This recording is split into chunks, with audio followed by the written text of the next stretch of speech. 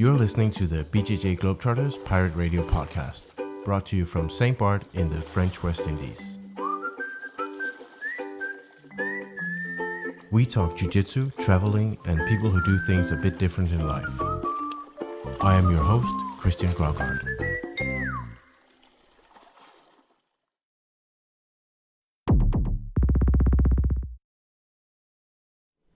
Good evening, everyone. I am back in the basement. It is Tuesday evening, almost midnight.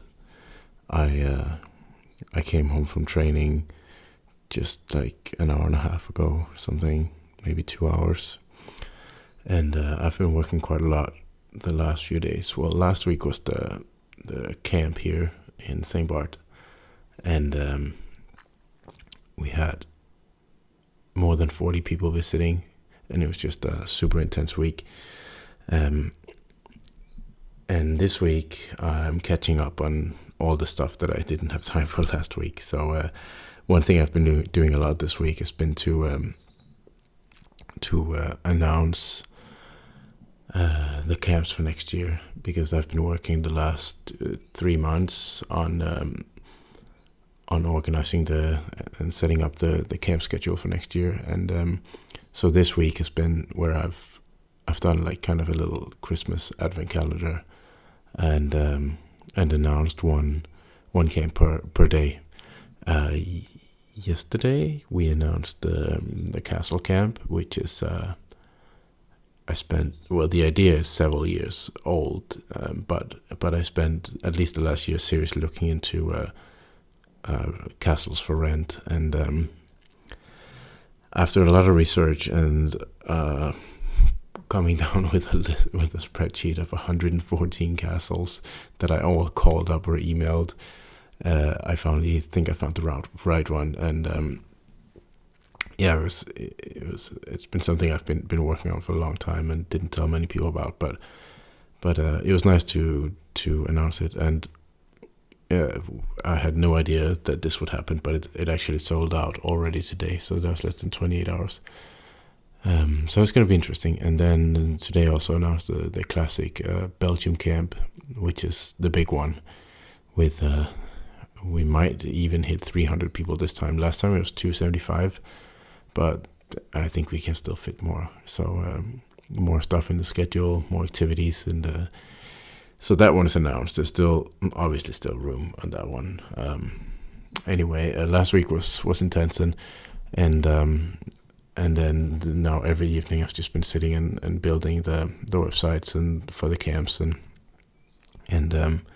just wrapping up the last details on contracts and logistics. I hope to announce 3 more camps this week, which I'll talk a bit more in the next episode. But So last week we had the camp, and that was my first attempt at doing kind of a field report from a camp, which I thought could be an interesting take on a podcast. So I'm not just doing like sit down studio interviews. I kind of ended up with maybe 4 or 5 hours of audio from the camp that I recorded. So I need some time to edit it, and this week I'm trying just to find time to sleep, so I don't think it's gonna happen. So what I did get at the camp was I think I got a really good interview with Alexander Trans, who is, well, I guess most people know he's one of the by far the most successful competitors in the world over the last handful of years. I know him from Denmark. We started jiu-jitsu around the same time when it started to become popular in Denmark, and we train in different gyms, but obviously a small community, everybody knows each other. So he competed in a lot of competitions that I organized, and I think he's always been. I mean, he definitely took a different kind of. The way he approached jiu-jitsu competition was a huge contrast to myself, where I did it probably a lot compared to what was available back then, but nothing near with the like I didn't put nothing near as much time and effort into it as he did. And he was kind of the competitor, and I was more like the hobbyist. Obviously, there were a lot of people in the community, but I always admired his how he competed so much. So it was interesting to have a little bit of time to sit down and talk with him. Actually, we talked about it all week, but it was such a busy week that we had to do the interview on the way to the airport on the last day here a few days ago when he left the island. So we had a little half an hour, and I sat down and talked to him. What I thought would be interesting.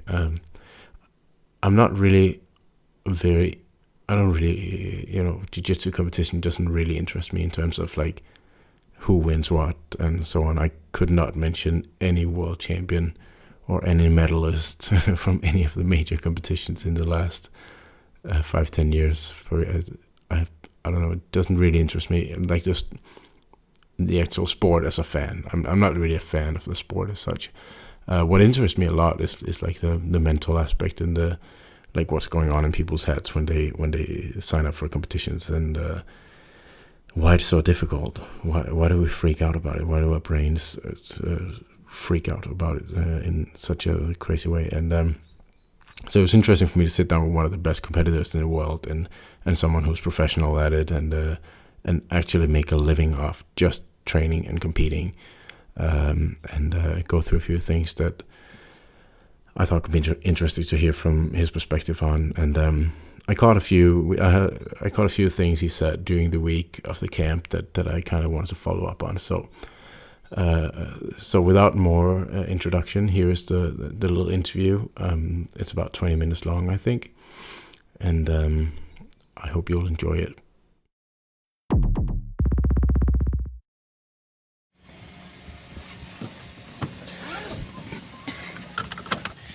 So we're in the car with Alexander Trans on the way to the airport. Last day of the camp, just a last minute interview.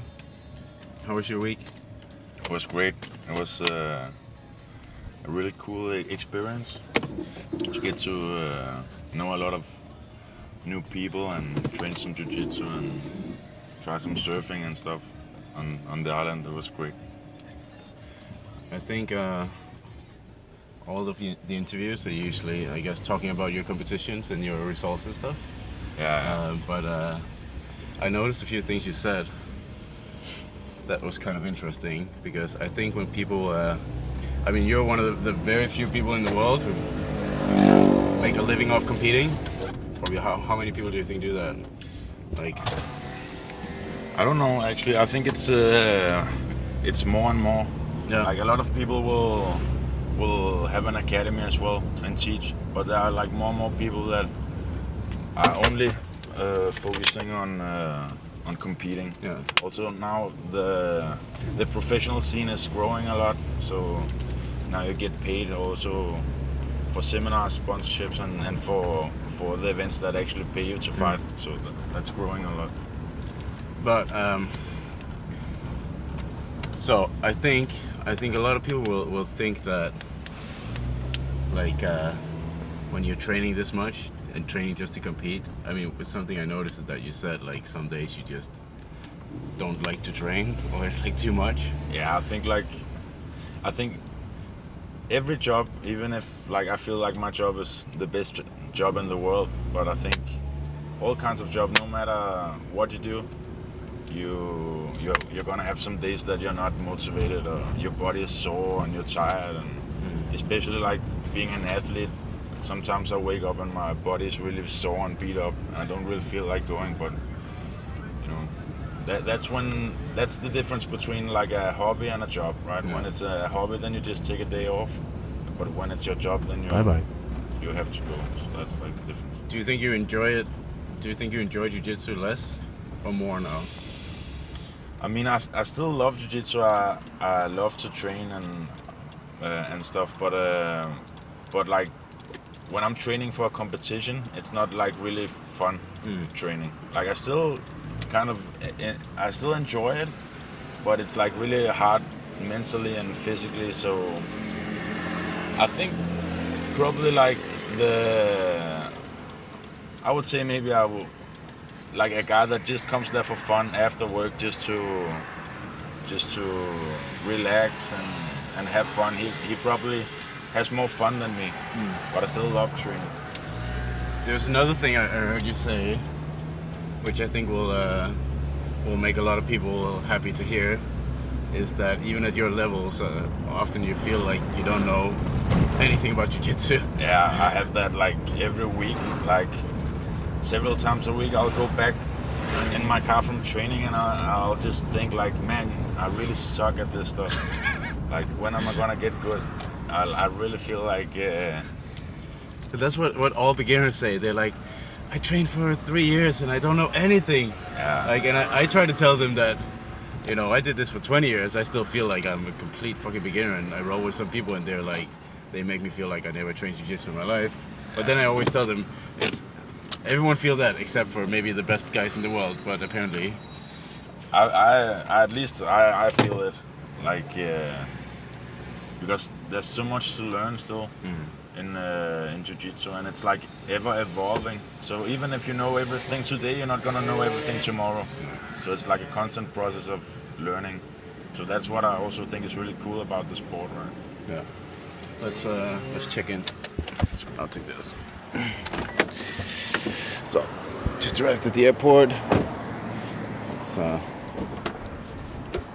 oh, you travel light for a big guy. Yeah. Oh, you only need 2 pairs of shorts here. Yeah, I saw. I was gonna bring a big suitcase, You don't need anything. but then I saw you post on Facebook that you weren't gonna use even Yeah, yeah. shoes and everything. Yeah, it's a waste. Og det kan være, du kan have den her vand med hjem. Jeg kan ikke tage den med alligevel. Yeah, nej, det kan du godt. Der er ikke noget check. Okay. Yeah, so there's no security check or anything at this airport. Even if there was, you can just jump the fence. The fence is like knee height. Det er også en fed dag ude på. St. Bath. Commuter, okay. What? You want to check it Yeah, out? yeah. Alright. Your backpack is on the scale. Okay, morning at 12:45. 12:45. Thank you. You're welcome. Okay, we found a place in the shade. So, at what point did you decide to go like full time on jiu-jitsu? I think it was in 2010. Before that, I had some years where I didn't really take it that seriously because I couldn't see myself being like a professional in the future. Also, like just a few years ago, there wasn't a lot of professional events, not enough to make a living just off that. So you would have to open a school, and in Denmark it's difficult. So I had kind of like forgotten about it. But then I started like training really seriously again in like 2009. And then in 2010 I went to the Europeans at Purple. That was like my first big international competition. And then I won weight in absolute, and won some competitions in Sweden and Denmark that year. And then I went to the World for the first time in 2010, and I won at Purple. And I remember my parents went over with me, and they told me later that they kind of thought that I just went for fun, like they didn't believe I actually had a chance.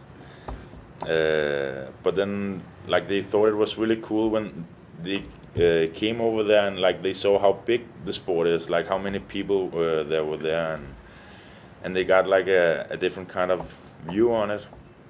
And then actually, like we talked about, and they said that they would like support me in it as well. So like because as when you're a colored belt, like before you get to black belt, you don't really make any money. So I would like I was living at home, and they would I didn't have any expenses, and my dad got me he had a friend that sponsored me, which was more like a favor, of course, at that time, so I could travel and compete. and then I just went all in, and then I yeah, started training full time. I would work some jobs, like I would be a bouncer on weekends and stuff, and then later I would start giving classes and private lessons and stuff. But, So so so far you're sounding like in terms of being like not enjoying training sometimes it's a little bit too hard and all that like are you still nervous in competitions? yeah, I get very nervous. Like I get like 1 week before it starts, and then I start just like having like a kind of a pain in my stomach, and the heart is racing, and then it's just like gradually gets worse and worse. And then the day before it's a nightmare. Like usually I can't really sleep, and I have like weird dreams, and I sweat like crazy and shake and stuff. And then I wake up, and then it's like I've done it so many times, so I just go through the routine. So I just like I know I have to eat, even though I don't feel like it, because a lot of guys still get nervous and they won't eat. But like I know that I have to eat, so I'm eating even though I'm not hungry, and I do my whole routine as I always do. And then it's like when I get to the venue and I put on my gi and I start warming up, like I have the same warm up routine that I do at all competitions, and I've been doing for years. Then it's like I kind of relax. Then you get tense because you're focused, and your body's like filled with adrenaline. Like you almost get like kind of dizzy from the adrenaline, but it's not like fear anymore. I think the worst thing is that I'm a guy that I always like to like calculate things and plan things.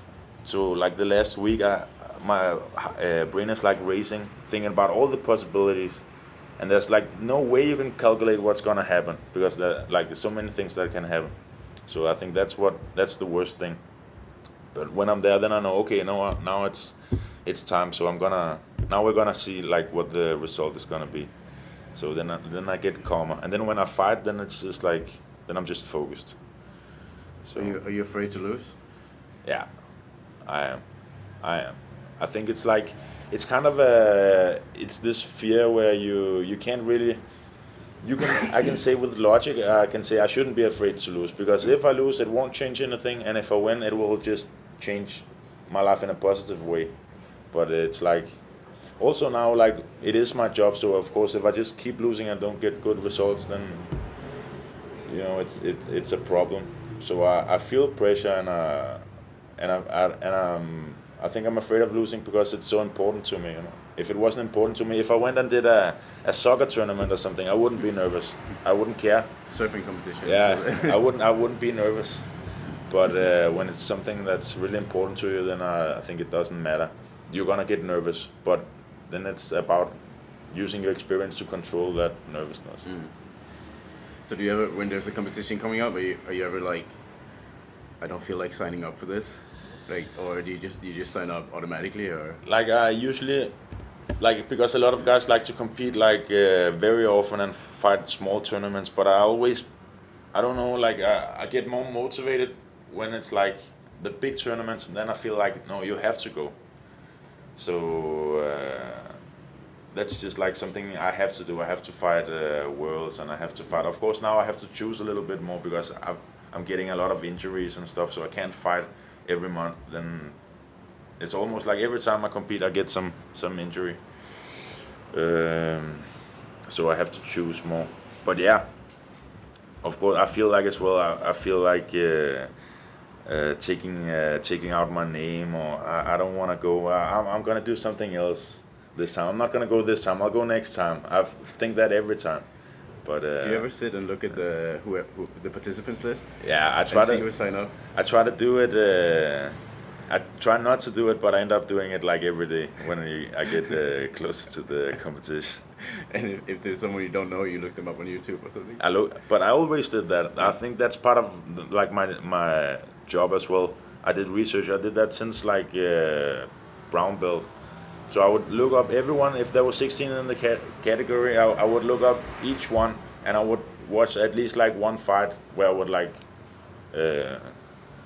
see what their main thing we're doing. If they are gonna try to take down, if they do guard, what kind of guard they do, what side they do the guard to, like what are the positions that people have success against them with, and the contrary, what are their main positions. So I always did that. What do you think? So if I compare me and you, because I remember in Denmark, I mean, we kind of grew up in jiu-jitsu together, kind of like parallel, in different academies. Yeah. Obviously, you're in an academy with a strong kind of competition culture that must have pushed a little bit more to actually go and sign up for all the competitions. But I mean, okay, so I took more the route of organizing the competitions, but I knew competing would be good for me. But I had a period, maybe also because I was kind of, as we talked about the other day, there was like some competition between. It was like a race. Everybody tried to get who can get a purple belt first, you know, who can win the Europeans first, who can send the biggest team, in a positive way. It was a healthy competition environment, but also me being like the head of one of the academies, you know, I felt even more pressure to you know, all eyes on me. And I like, if I sign up for a competition, you know, maybe Shimon or someone from the other who runs the other academies, maybe they're going to be in my division. It's like, what's he weighing at the moment? You know, like, shit, can I maybe cut some weight and maybe not meet these guys because they're pretty good, you know, maybe I have a chance, but what if I lose? I might lose some students, or, you know, I might, deadly afraid of it. And then I think for a period, I just kind of gave up to the fear of competing, especially around purple belt, when it got a little bit serious and people started to get really good. And, you know, even, okay, so Nogi, I'm a purple belt, I teach this in this academy, maybe some of you guys have some really good blue belts, like maybe they catch me in a submission in the Nogi, and it's like, shit, what are people gonna say? You know, I gave up to the fear for a period where I didn't compete for a few years.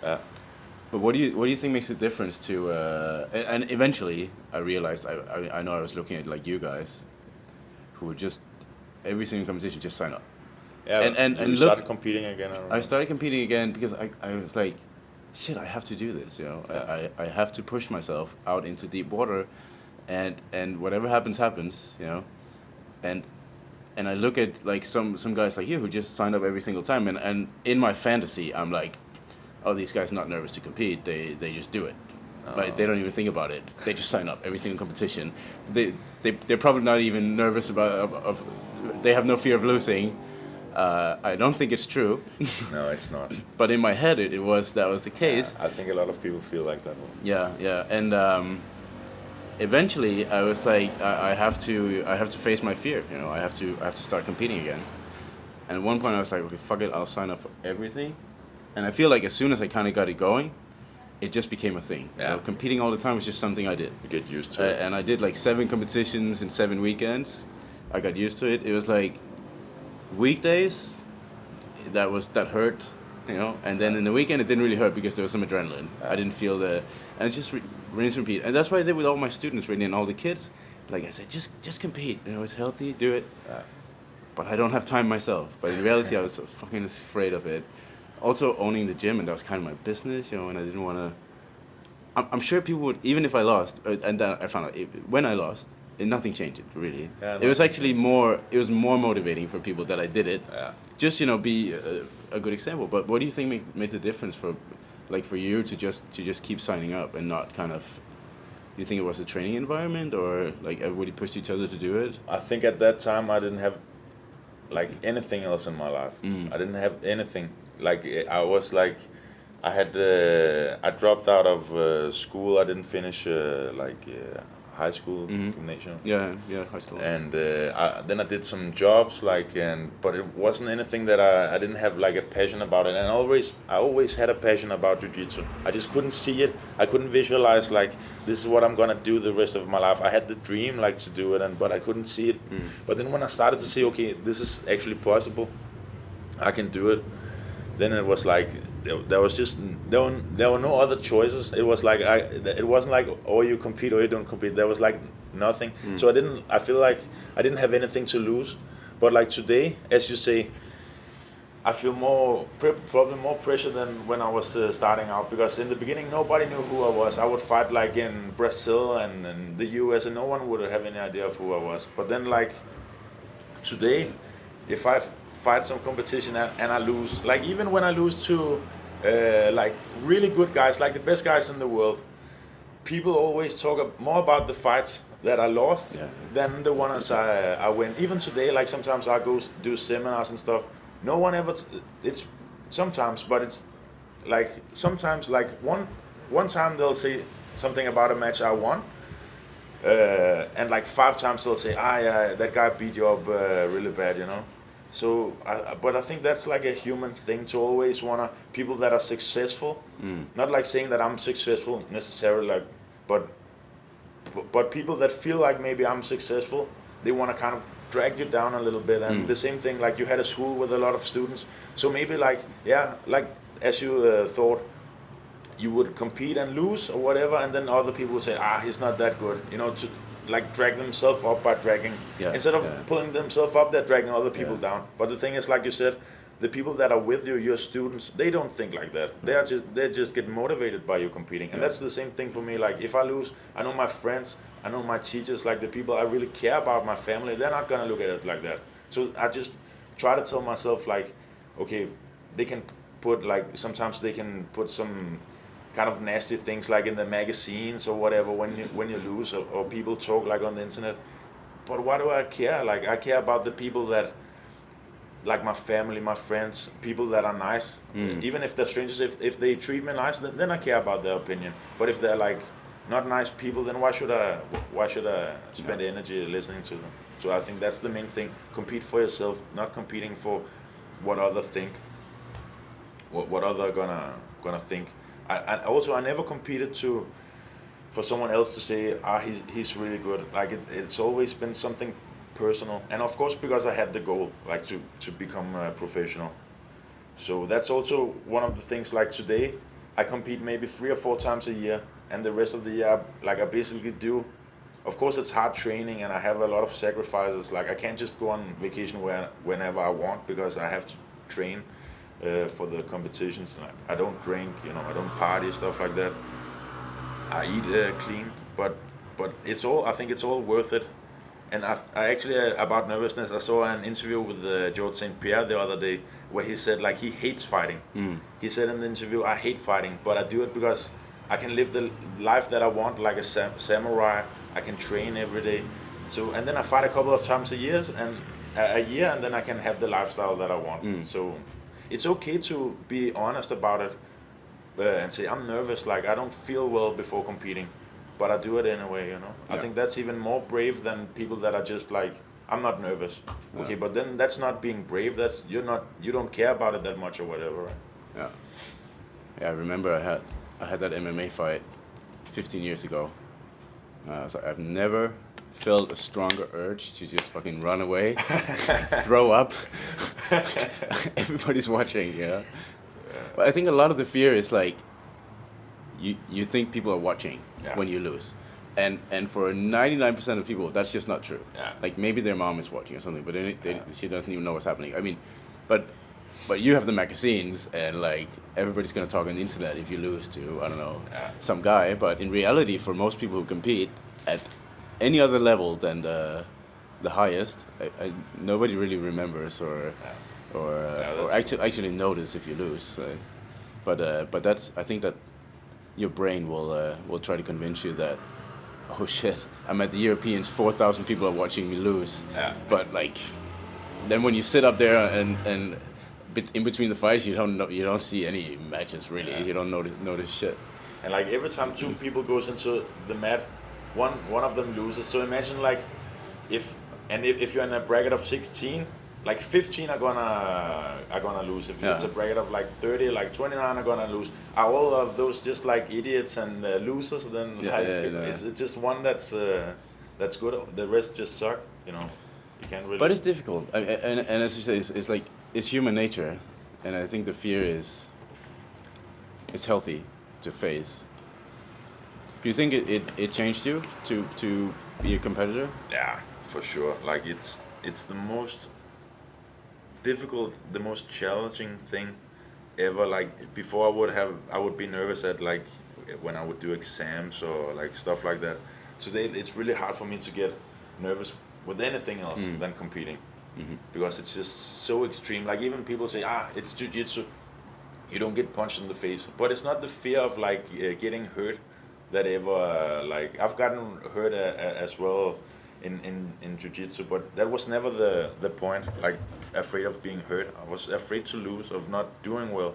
And I think all human beings, they have that fear inside them of not succeeding, right? Not doing well. So I think that's just the main thing. I remember Kenneth, local guy from Denmark, who fought a lot of MMA before it like really got big. He's probably the most active MMA fighter. Yeah, was fought, right? I remember he told me that like he was studying or something and he was having an exam and he was like, nothing can make me like afraid when like 3-4 times a year I go into a cage with everyone watching and there's someone who's trying to knock me out and he's done nothing but train like every day to try and kill me, pretty much. Like so, and then he's at the exam and he's like, oh, fuck this. It's like but I think, you know what really is, it's kind of funny, but I'm honest about this. Like, you know, when I was afraid and I didn't compete, one thing that changed me, because I was looking at you guys, you're like competitors, like real competitors, push yourself, and it's one thing that kind of changed things for me was like, where I lived there was like a hairdresser and they had a poster in the window, and I think I thought a little bit about that. There was like a competition that some guys signed up. It's like, I think like brown belt. I was like, fuck, there's so much pressure, and these guys like new brown belts, and I even have an academy. You know, they don't even teach. You know, they will probably beat me. And I passed like this hairdresser. It was like a cold winter day, and they had like a huge poster in the window, like some rugby guy, like just sitting in the mud, like he took his helmet off. It was like and the poster said, "You're born a boy. Competition makes you a man." That's true. And I was like, this is the cheesiest moment ever. That got to. But I'm gonna fucking sign up for this competition now. That hairdresser kind of motivational quote on a winter day. And I was like, okay, fuck this. I want to be a man like that rugby guy. And I signed up, and I was like, okay, I'm just gonna do this. And I just signed up for all the competitions I could. And that was the push I needed. There was a motivational quote in the window of a little hairdresser. Sometimes you get inspiration from like weird places. Yeah. Right? But that's cool. That's what made me a man. All right, anyway, we better get to your plane. Yeah, let's go. So let's go. Well, thanks for the talk. That was interesting. Yeah, A different side of it. Thank you. All right, so we're gonna head to the back to the airport, and I'll say goodbye to Alex. Hope he'll be back on the island one day. For sure. I think there are some really interesting things to take from this interview with Alex. Is that if you're ever in doubt about if being nervous about competing or feeling like you just training is just not fun when you're competing, or that you don't know anything about jiu-jitsu even though you just keep training, or you're afraid to lose, or you don't feel like signing up for a competition, if you're ever in doubt about if this was just you, at least now you know it is not. Here you have one of the absolute best guys in the world who compete at the biggest competitions out there, and he says the exact same thing as the white belt who are about to sign up for a competition for the first time.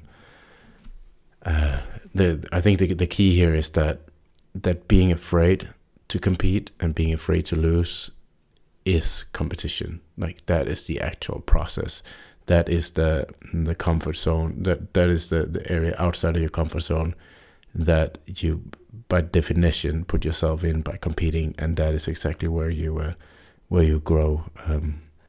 In my opinion, there is not a single thing about jiu-jitsu that's not healthy for you, and not a single element of it, physically and mentally.